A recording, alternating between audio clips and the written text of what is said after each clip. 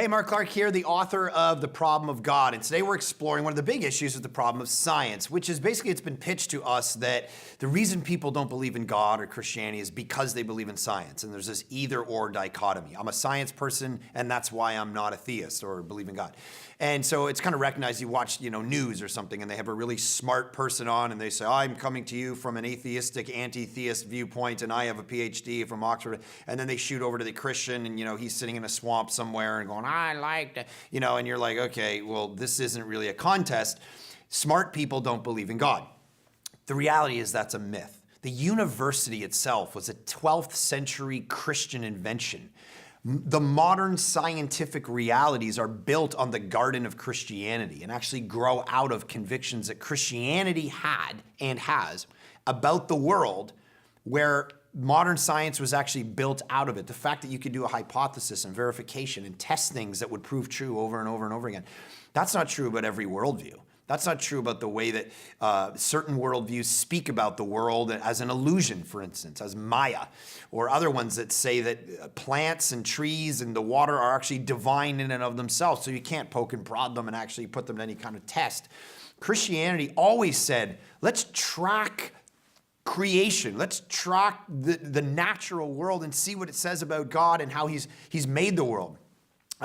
In fact, when the Big Bang came out as a theory from Edwin Hubble, it was Christianity that said, beautiful, all space, time, matter, energy came into existence in a single moment. Boy, isn't that beautiful, like Genesis 1.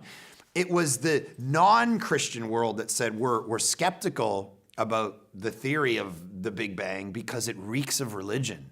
It reeks of God actually create a metaphysical, something that transcends nature, matter, space, creating those things. We don't like that concept. And so what we begin to realize is people thought that as science developed in society, that religion would die. But the reality is actually the opposite. As science has developed, and we've delved more into biology, for instance, and we've seen that in a single-celled amoeba, there's more information than volumes of encyclopedia, like logical information.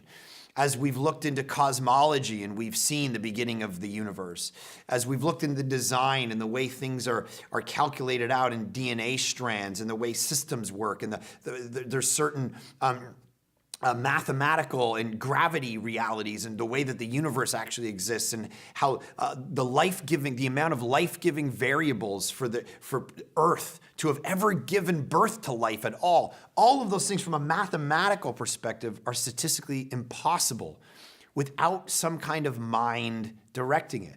And as science has delved into these things, they've begun to realize that there's actually, if you follow, here's what we want to do.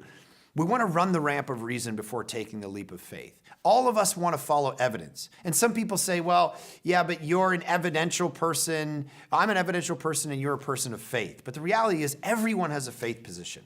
Everything that you believe, you have a faith position about it. You don't come as a blank slate and say, I don't believe in this only because I believe in objective data about the universe or whatever. Everything that you believe has a faith position about it, a presupposition. You don't believe in Christian belief A because you've already committed to non-Christian belief B, but you can't necessarily prove that reality to be true. For instance, as philosophers have pointed out, without using circular argument, you can't even prove right now that you are literally not a brain in a vat. That all of your memories weren't downloaded into your brain 30 seconds ago. And that you're just, you were born yesterday and all of your memories are false and they've just been downloaded to you, and you have no way to actually prove this. It's a faith position that you have, that your memories can be trusted. You can't prove that your memories can be trusted without being circular, in a non-circular way, because you have to trust your memories in order to prove that you don't have memory. And so the reality is, all of us deal with faith positions all the time. For instance, my friend who's a nurse, she works in a hospital, and they say hospital is a place for just secular thinking, just atheistic, naturalistic thinking. Religion and positions of faith cannot inform anything that we do. And so there was this guy on life support, and all the doctors agreed that they should take him off because he was suffering, and they pulled him off life support and he passed away, and all the doctors said, well, at least he's not suffering anymore. And right there she said, that's a faith position. Because how do they know that he's not suffering more?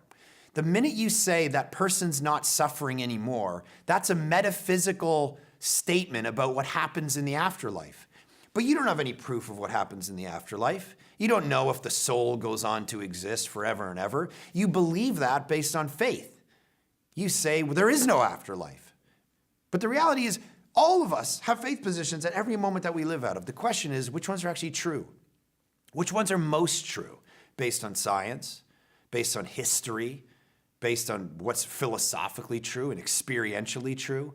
We need to answer the question of origins, meaning, morality, and destiny. Go through the marketplace of ideas and say, I have to actually hook myself into what actually is true and what gives meaning. And I think Christianity does that the best, not as a whimsical, I hope it's true kind of reality, but something that actually is scientifically legitimate and philosophically legitimate and historically legitimate. And that's why I gave my life to it after I studied more and more and more, which is why oftentimes if you go to a university, it's oftentimes the humanities or the social sciences or the literature departments that have very few theists or Christians in them. But you go over to the philosophy department, or you go over to the science department, you're going to find people who believe in God. That's got to give you pause.